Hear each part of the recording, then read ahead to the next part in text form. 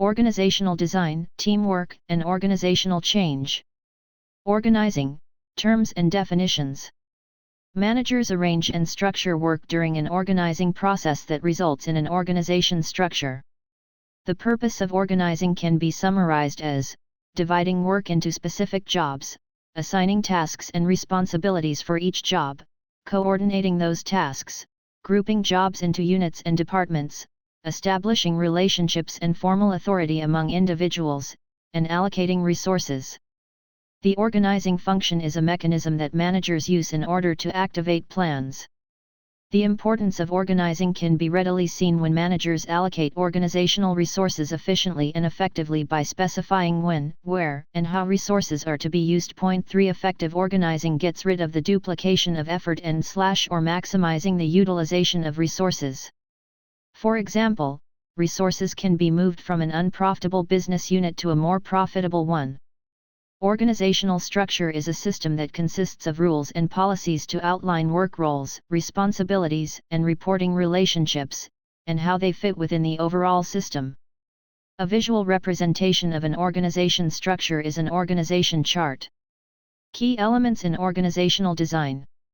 Organizational design is the process of developing or changing an organization structure. In this section, we will discuss various building blocks or the key elements in organizational design, including division of labor, chain of command, span of control, centralization/decentralization, formalization, and departmentalization. We will conclude this section with two categories of organizational design: mechanistic and organic design. Division of labor or work specialization is the degree to which work activities are divided into separate jobs. We can readily see in a production process such as an automobile assembly line where each worker works on only certain parts of a car, and not the whole car. Since workers concentrate on one small aspect of production, this helps them to be more efficient as their skills at performing those tasks tend to increase. The chain of command is defined as the hierarchy of authority and the reporting relationships from one management level to the next.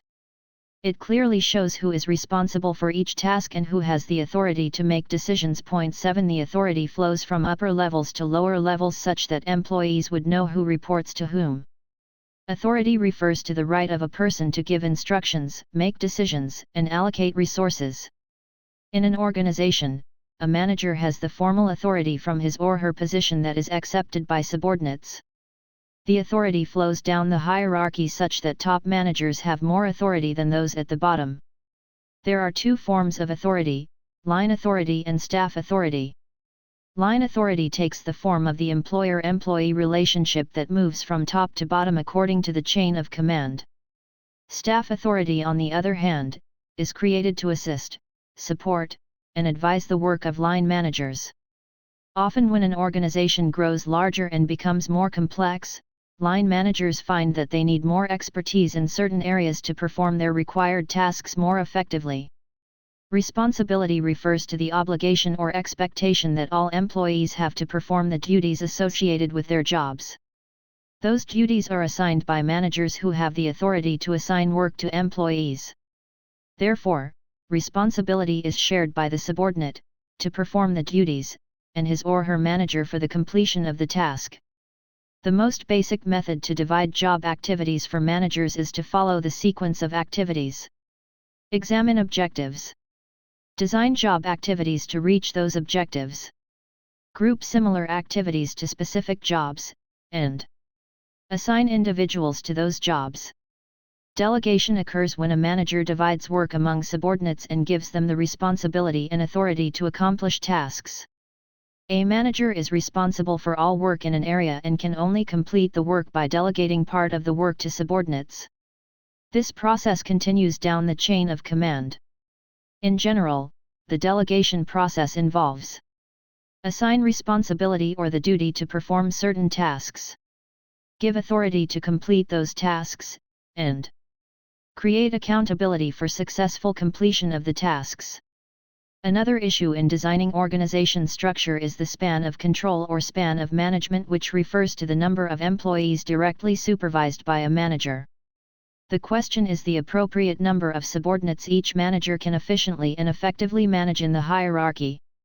Another issue to consider when organizing is how much to centralize or decentralize the authority to make decisions. Centralization is when most important decisions are made by managers at the top of the hierarchy. When the decision authority is pushed down to lower levels of the hierarchy, this means decentralization. These two approaches should be thought of as degree and not as an either/or approach.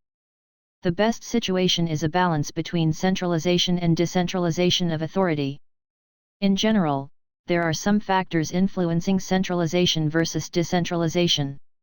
Higher level of environmental dynamism, greater change and uncertainty, is associated with decentralized decision-making, while a stable environment is associated with centralization. In time of crisis or risk of failure, authority may be centralized at the top. Adaptive organizational culture is more appropriate for decentralization. Risk-taking and innovation are associated with decentralized authority. Another key building block of organizations is formalization, which refers to the use of written or computerized documents to describe and guide behaviors and activities of employees.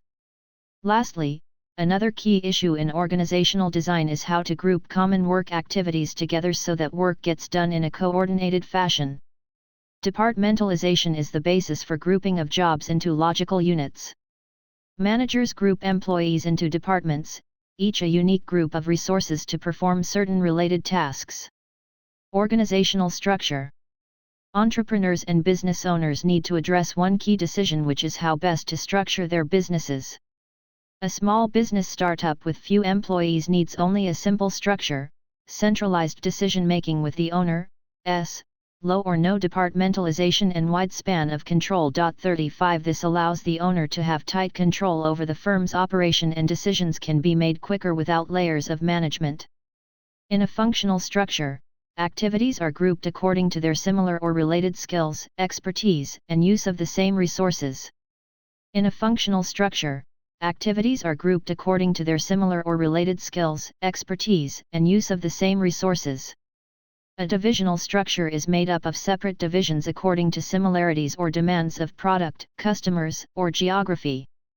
Each division has some autonomy, with the divisional manager who is responsible for its performance. A matrix structure combines advantages of both functional and divisional structures simultaneously in order to be highly responsive to changing external business environments. An organization can use outsourcing to the extreme to create a virtual network structure where most major functions or business processes are subcontracted to other firms. A small headquarter is used to coordinate those activities. Another popular new form of structure is based on teams.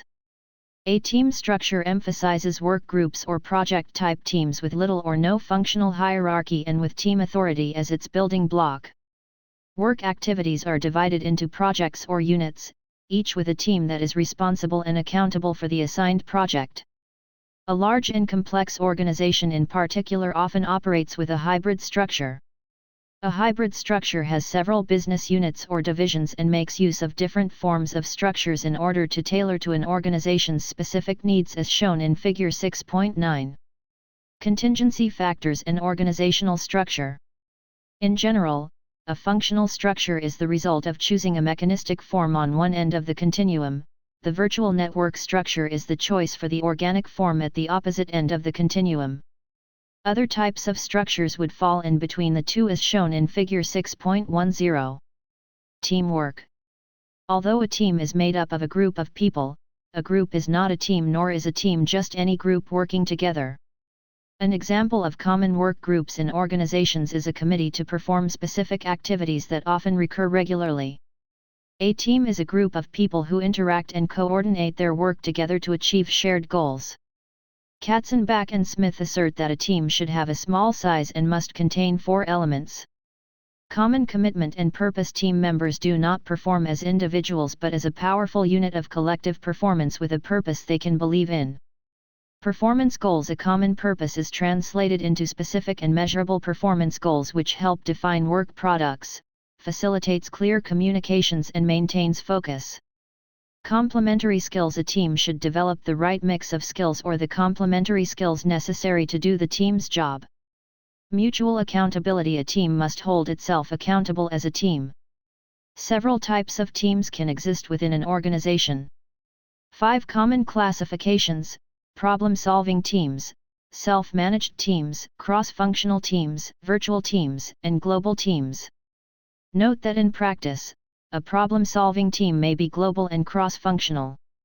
Problem-solving teams, self-managed teams, cross-functional teams, virtual teams, global teams. A small team must still have the necessary skills to do the team's job. These skills include technical skills in a specific discipline such as finance or market research, problem-solving skills to be able to analyze difficult situations and to craft solutions, interpersonal skills, especially the ability to collaborate with others effectively, organizational skills including networking, communicating well with other parts of the firm, ability to navigate political landscape, and to avoid conflict. Teams generally pass through several developmental stages, therefore, managers should understand this process so that they can facilitate and guide teams to become more productive. The rate that a team moves from one stage to the next depends on the team members, their individual skills, work activities, and the type of team leadership. A popular 5-stage model is stated below: the forming stage, the storming stage, the norming stage, the performing stage, the adjourning stage. Organizational change.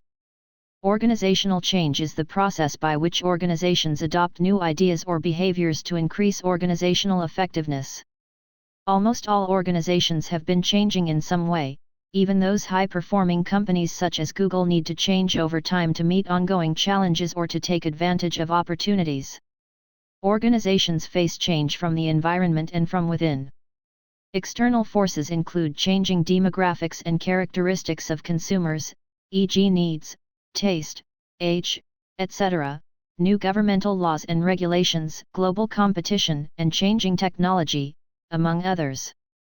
In other words, the changes can be brought on by all environmental sectors: technology, economics, customers, competitors, legal and global environment. We describe 3 types of change: technology, structure, and people change. Note that these areas are related, which means that when an organization attempts to make changes in one area, it often needs to institute changes in other areas also. Technology change, structure change, people change, resistance to change, managing change. Coulter and Schlesinger provide ways that managers can positively influence organizational change that are stated below: education and communication, participation and involvement, facilitation and support, negotiation and agreement, manipulation and co-optation, explicit and implicit coercion. OD is a field of research, theory, and practice techniques to expand the knowledge and effectiveness of people to accomplish successful organizational change and performance.